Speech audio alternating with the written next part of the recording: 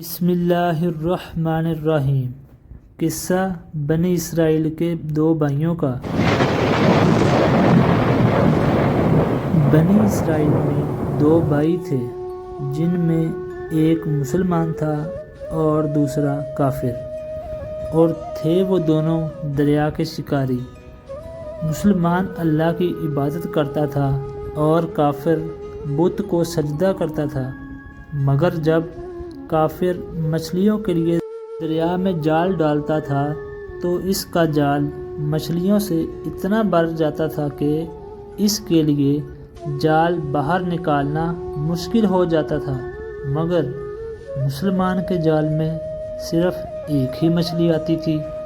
تو مسلمان اسی پر اللہ کا صبر و شکر کرتا تھا۔ ایک دن مسلمان کی بیوی اپنے گھر کی چھت پر گئی تو اس کی نظر کافر کی بیوی پر پڑی، جو زیور اور بہت ہی عمدہ لباس میں تھی۔ یہ دیکھ کر مسلمان کی بیوی کے دل میں وسوسہ پیدا ہوا کہ کاش میرے پاس بھی یہ سب کچھ ہوتا۔ تو کافر کی بیوی بولی کہ تو اپنے شوہر کو آمادہ کر لے کہ وہ بھی میرے شوہر کے معبود یعنی کہ بت کو سجدہ کرے، تاکہ تو بھی میری طرح مالدار ہو جائے۔ یہ سن کر مسلمان کی بیوی کچھ غم زدہ سی ہو کر نیچے آئی، اور جب اس کا شوہر گھر آیا تو اس نے اپنی بیوی کی حالت دیکھی تو بیوی سے پوچھا کہ آخر کیا بات ہے جس سے تو اس قدر غم زدہ معلوم ہوتی ہے؟ تو وہ کہنے لگی کہ بس میاں، یا تو تم مجھے طلاق دے دو، نہیں تو اپنے بھائی کے معبود کی عبادت کرو۔ یہ سن کر اس کے شوہر نے کہا کہ اللہ کی بندی، تو اللہ سے نہیں ڈرتی کیا؟ ایمان کی دولت ہونے کے باوجود یہ کفر کی باتیں کرتی ہے۔ تو وہ عورت بولی، بس اب مجھ سے زیادہ باتیں نہ بناؤ، میں ننگی بھوکی نہیں رہ سکتی، جبکہ تیرے بھائی کی بیوی کے پاس کتنا زیور اور کتنے اچھے اچھے لباس میں آراستہ رہتی ہے۔ جب مرد مومن نے دیکھا کہ اس کی بیوی کا اصرار حد سے زیادہ بڑھ گیا ہے تو اس نے اپنی بیوی کو تسلی دی اور کہا کہ گھبرانے کی ضرورت نہیں ہے، میں کل سے مزدوروں کے ساتھ جا کر الگ سے کام کروں گا اور تم کو 2 درہم دیتا رہوں گا، تو اس سے تم اپنی حالت درست کر لینا۔ یہ سن کر عورت کو کچھ تسکین حاصل ہوئی۔ جب صبح ہوئی تو مسلمان مزدوری کے لیے گھر سے نکلا، لیکن کہیں بھی اسے مزدوری نہیں ملی۔ یہ دیکھ کر وہ دریا کے کنارے پہنچا اور شام تک اللہ کی عبادت میں مصروف رہا، اور جب رات کو گھر آیا تو بیوی نے پوچھا کہ آج تم کہاں تھے؟ تو کہنے لگا کہ میں بادشاہ کی خدمت میں تھا، اس نے مجھ سے 30 دن کا کام کرنے کی شرط کی ہے۔ تو عورت بولی کہ وہ بادشاہ تم کو کیا دے گا؟ تو اس نے جواب دیا کہ میرا بادشاہ بڑا کریم ہے اور اس کے خزانے مال و دولت سے بھرے ہوئے ہیں، وہ مجھے وہ دے گا جو میں چاہوں گا۔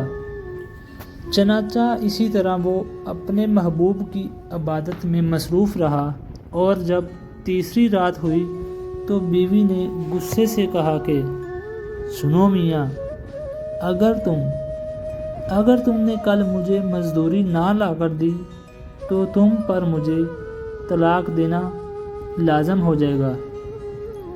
یہ سن کر اس کو پریشانی لاحق ہوئی۔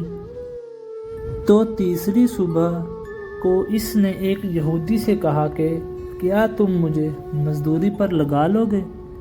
یہ سن کر یہودی کہنے لگا ہاں، لیکن شرط یہ ہے کہ تم کو مزدوری تو مل جائے گی، مگر میرے پاس تمہارے کھانے پینے کا انتظام نہ ہو پائے گا۔ چنانچہ وہ مرد مومن روزہ کی نیت کر کے یہودی کے ساتھ کام کرنا شروع کر دیا۔ حق تعالیٰ کے حکم سے ایک نیک بندہ 29 شرفیاں نورانی طلاق میں لے کر اس کی بیوی کے پاس پہنچا اور کہا کہ میں بادشاہ کا قاصد ہوں، اسی نے یہ اشرفیاں لے کر مجھے بھیجا ہے اور فرمایا ہے کہ تیرا شوہر ہمارے کام میں تھا، ہم نے اس کو نہ چھوڑا، یہاں تک کہ اسی نے ہم کو چھوڑ دیا اور یہودی کے پاس چلا گیا۔ اگر وہ ہمارا کام کرتا تو ہم اس کو اور زیادہ اجر دیتے، بس یہ ایک اشرفی کی کمی اسی لیے ہوئی ہے۔ چنانچہ وہ عورت ان میں سے ایک اشرفی لے کر بازار گئی جس پر کلمہ لکھا ہوا تھا۔ صراف نے 1000 درہم اس کی قیمت عورت کے حوالے کر دی، اور جب شام کو مرد مومن گھر آیا تو عورت نے پوچھا کہ آج تم کہاں تھے؟ تو اس نے جواب دیا کہ آج میں ایک یہودی کے کام پر گیا ہوا تھا۔ تو بیوی کہنے لگی کہ آخر بادشاہ کی خدمت ترک کر کے تم دوسروں کی خدمت کیوں کرتے ہو؟